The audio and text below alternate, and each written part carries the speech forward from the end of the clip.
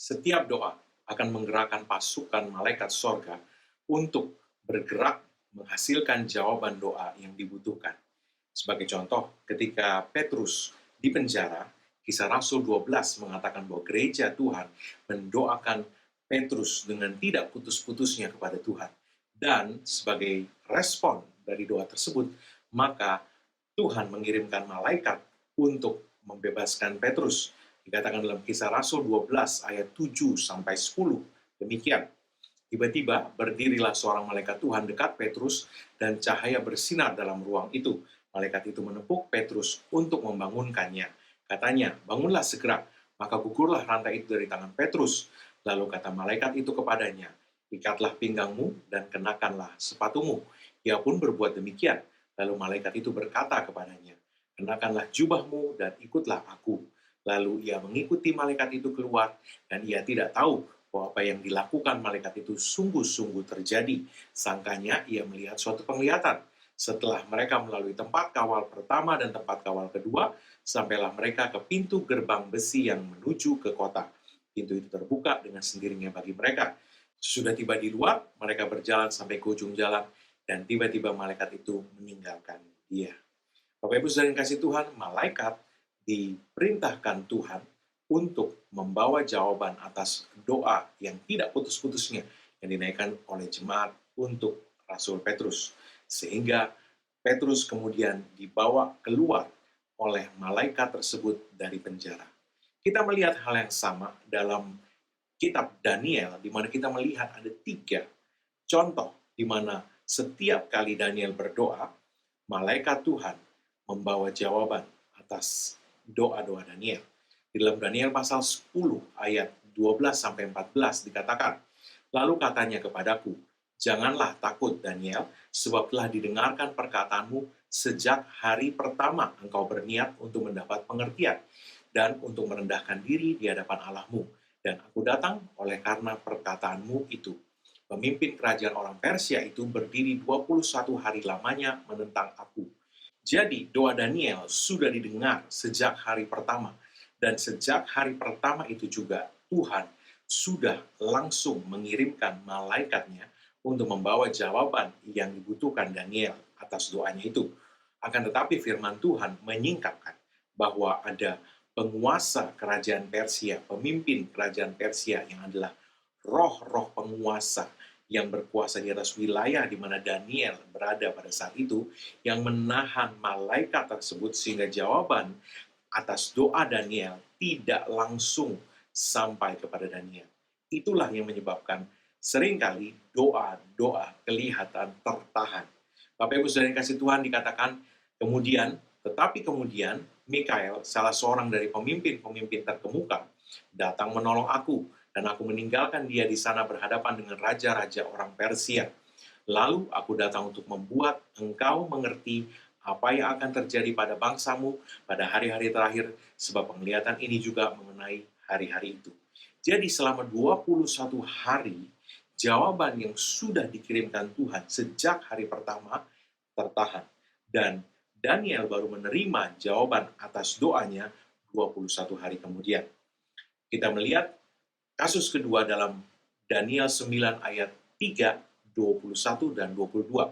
Dikatakan, lalu aku mengarahkan mukaku kepada Tuhan Allah untuk berdoa dan memohon, sambil berpuasa dan mengenakan kain kabung serta abu. 21.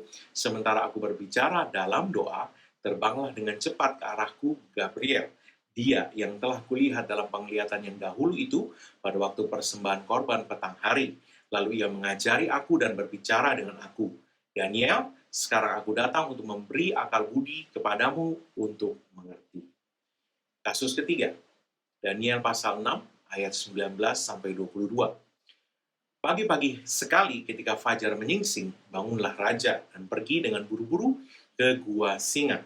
Dan ketika ia sampai dekat gua itu, berserulah ia kepada Daniel dengan suara yang sayu.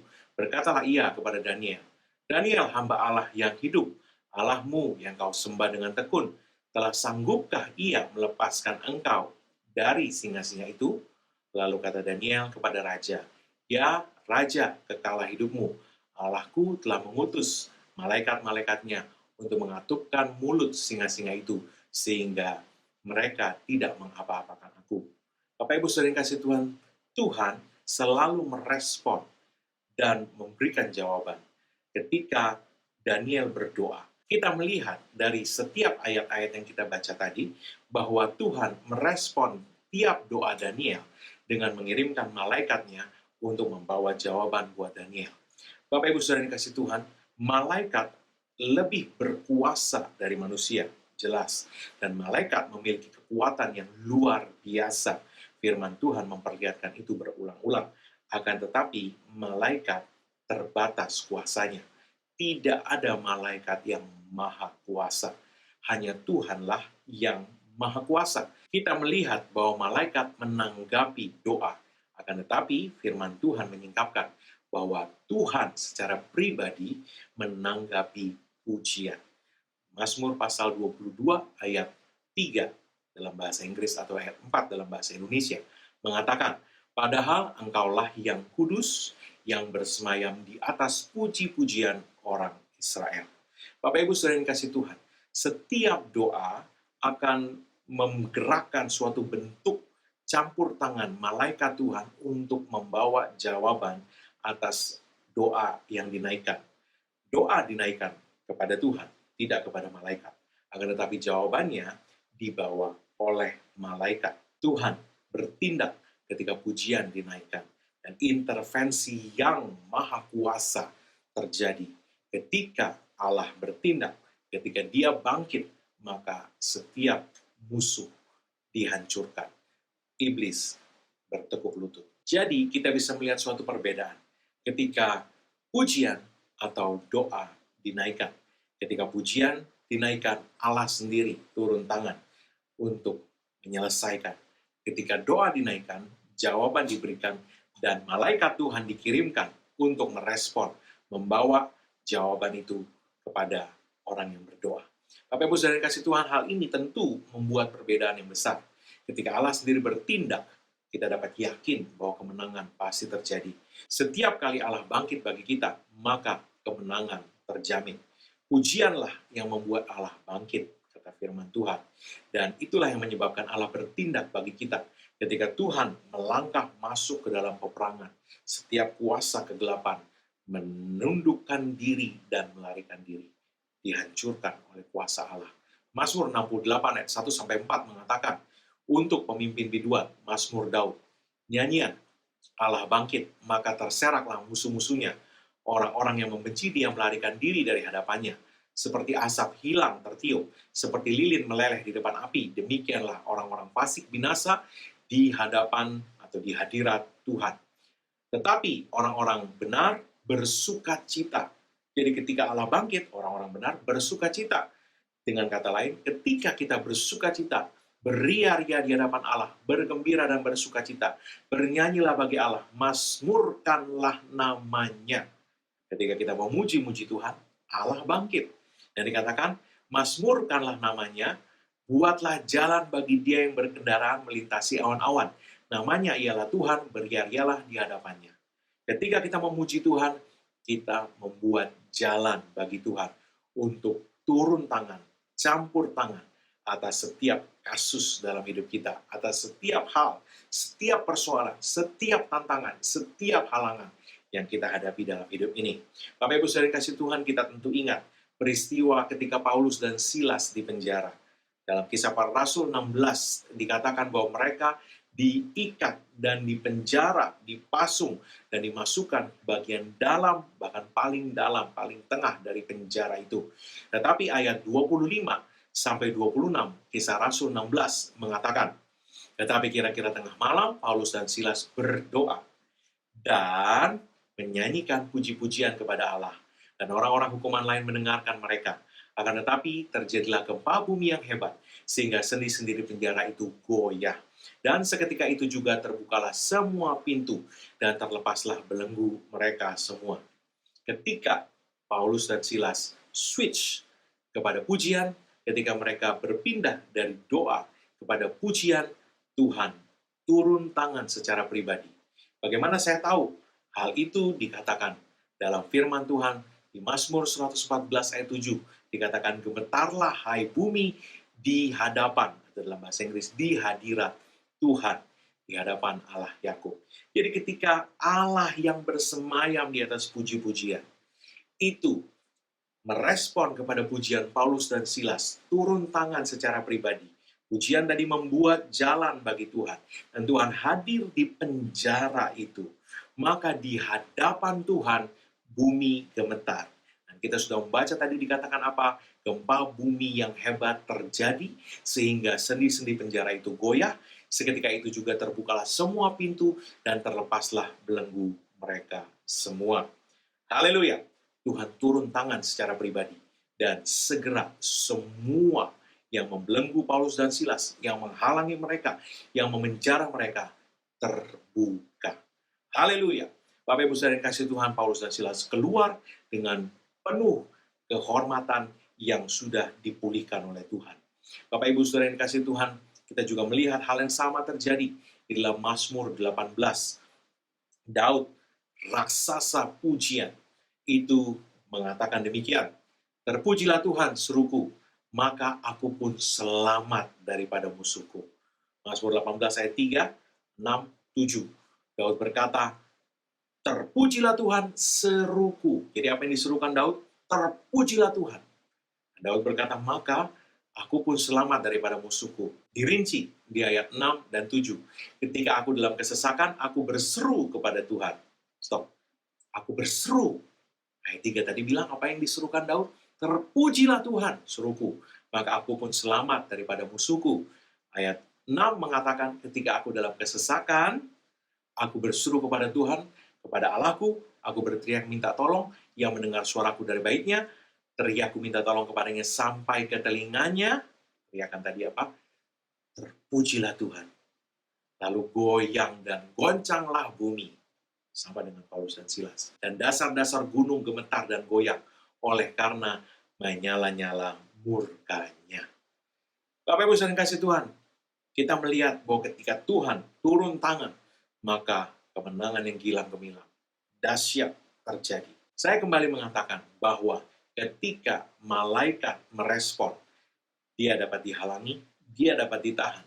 Tetapi ketika Tuhan turun tangan, Tuhan sendiri hadir di kasus atau masalah yang mana engkau membuat jalan untuk Tuhan hadir di sana lewat pujian, maka siapa yang bisa menghalang-halangi Tuhan? Tidak ada yang dapat menghalang-halangi Tuhan. Oleh sebab itu kita perlu memahami rahasia kerajaan sorga ini.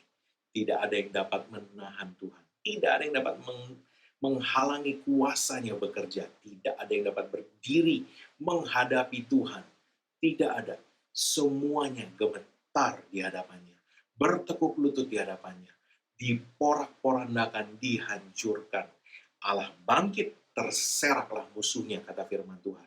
Itu sebabnya tidak ada yang dapat bertahan ketika kuasa mengalir dalam puji-pujian, karena Allah sendiri hadir di saat kita memuji-muji Dia, dan Tuhan sendiri campur tangan atas setiap kasus yang atasnya kita bawa Tuhan hadir lewat pujian yang sepenuh hati, pujian yang mengalir dari hati yang paling dalam.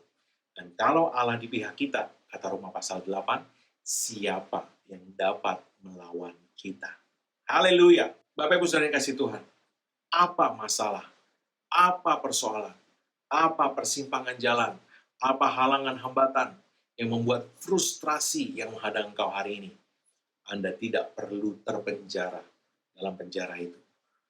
Bawa gempa Tuhan ke dalam masalah itu untuk menghancurkan setiap belenggu, mematahkan setiap rantai, dan membuka setiap pintu penjara, menghancur runtuhkan setiap penghalang. Bawa turun gempa Tuhan yang dahsyat ke dalam masalah atau persoalanmu, yang akan membawa kemenangan dan terobosan yang gilang gemilang bagimu. Apapun juga yang menghalangi engkau, apapun juga yang memenjara, apapun juga yang menjadi penghalang. Haleluya. Setiap kali orang berkata bahwa mereka mencari Tuhan, biasanya konotasinya atau apa yang terpikir adalah mengenai doa. Tetapi firman Tuhan berkata di dalam Mazmur 22 ayat 26, bahwa orang yang rendah hati akan makan dan kenyang, orang yang mencari Tuhan akan memuji-muji Dia. Biarlah hatimu hidup untuk selama-lamanya. Jadi, mencari Tuhan, firman Tuhan berkata lewat memuji-muji Dia. Jangan hanya terpaku dengan istilah mencari Tuhan, doa. Mencari Tuhan, doa. Pujilah Tuhan. Dikatakan orang yang mencari Tuhan akan memuji-muji Dia, biarlah hatimu hidup untuk selama-lamanya. Mereka yang mencari Tuhan dengan memuji-muji Tuhan, hatinya hidup, tidak akan pernah patah hati, putus asa, hilang harapan. Malahan setiap kali kita memuji-muji Tuhan, firman Tuhan tadi berkata, Allah bangkit, terseraklah musuhnya. Sekali lagi, ketika kita berdoa, malaikat dikirimkan untuk merespon pada doa kita. Tetapi ketika kita memuji Tuhan, maka Allah sendiri turun tangan untuk membawa jawaban, membawa penyelesaian, membawa kemenangan yang gilang gemilang buat kita. Ketika kita memuji Dia, Dia tidak menghubungi malaikat manapun. Sebab Dialah yang bertahta di atas pujian, hadir secara pribadi untuk membawa jawaban untuk kita. Oleh sebab itu, pujian superior, lebih superior dari doa akal budi manapun.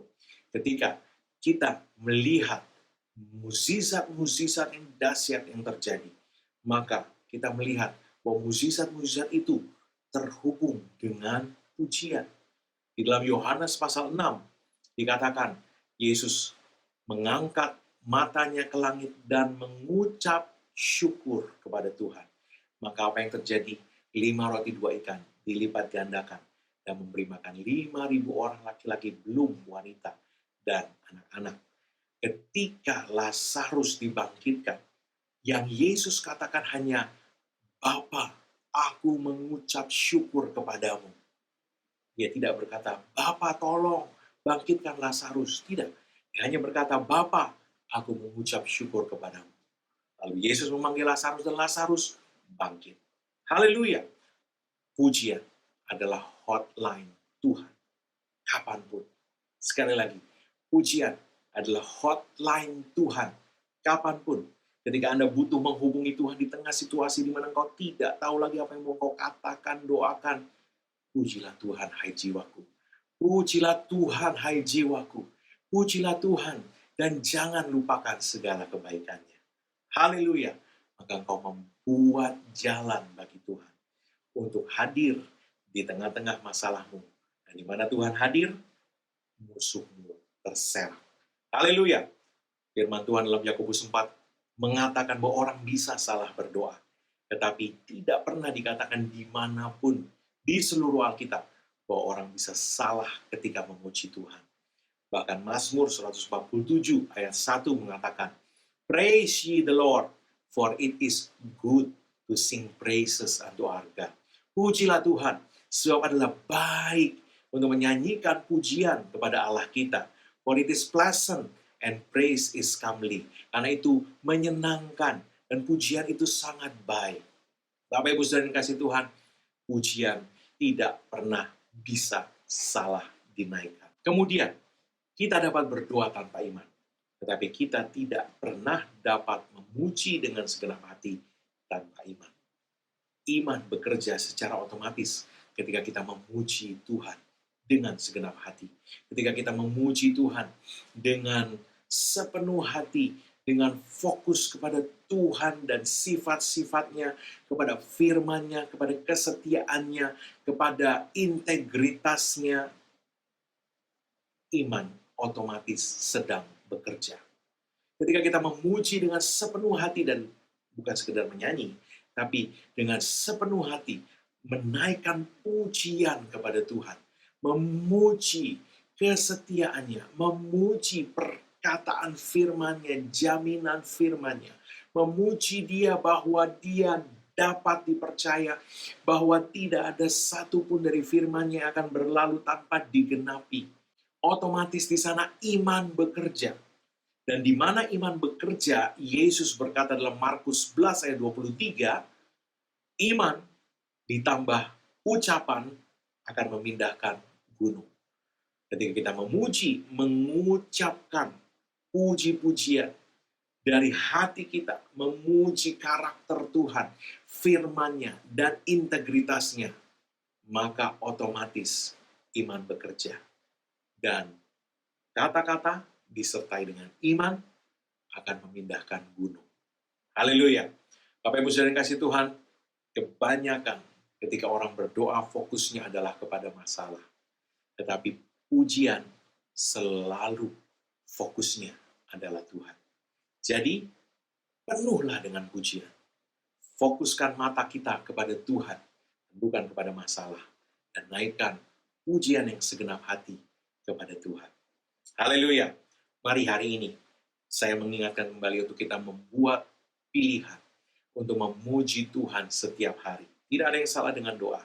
Tetapi jangan lupa, firman Tuhan berkata tadi, Paulus dan Silas berdoa kepada Tuhan dan memuji-muji Dia.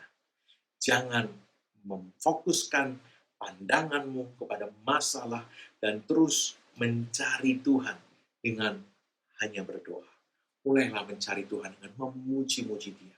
Dengan sepenuh hati, dengan tulus, fokus kepada kesetiaannya, kepada sifat-sifatnya, kepada kuasanya, dan kepada perkataan firman-Nya yang Dia jamin tidak akan kembali kepadanya dengan sia-sia, tapi selalu melaksanakan apa yang Dia kehendaki.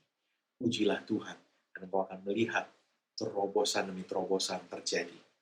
Yesus menyingkapkan suatu hal yang sangat luar biasa.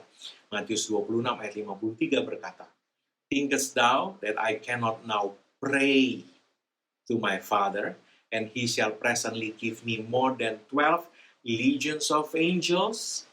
Anda melihat, Yesus berkata, "Aku berdoa dan Bapa memberi malaikat." Ya, doa malaikat dikirimkan untuk merespon. Itu yang firman Tuhan katakan. Yesus sendiri menyingkapkan itu. Atas perintah Bapa, malaikat dikirimkan merespon kepada doa. Itu sebabnya Ibrani pasal 1 ayat 14 mengatakan bahwa memang malaikat adalah roh-roh yang melayani, yang dikirimkan oleh Bapa untuk melayani pewaris keselamatan, yaitu kita. Akan tetapi, pujian mengundang Tuhan sendiri hadir, bersemayam di atas puji-pujian itu, bersemayam di tengah masalah kita. Di saat kita naikkan pujian di tengah masalah itu, Dia bersemayam di atas puji-pujian kita di tengah masalah kita. Firman Tuhan tadi berkata, Allah bangkit dan terseraklah musuhnya. Haleluya. Firman Tuhan mengatakan bahwa malaikat akan dikirim untuk merespon kepada doa. Tetapi Tuhan secara personal hadir untuk membawa terobosan ketika kita memuji-muji Dia. Oleh sebab itu, tentukan pilihan kita. Dan jangan lupa untuk memenuhi hidup kita dengan puji-pujian. Doa yang paling full, sepenuh hati, akan membawa malaikat turun mengirimkan jawaban. Tetapi setiap pujian yang dinaikkan dengan tulus dan sepenuh hati akan mengundang Tuhan sendiri hadir di tengah-tengah masalah itu, menyelesaikan bagi Anda. Ini waktunya engkau membawa kekuatan Tuhan secara pribadi hadir atas masalahmu.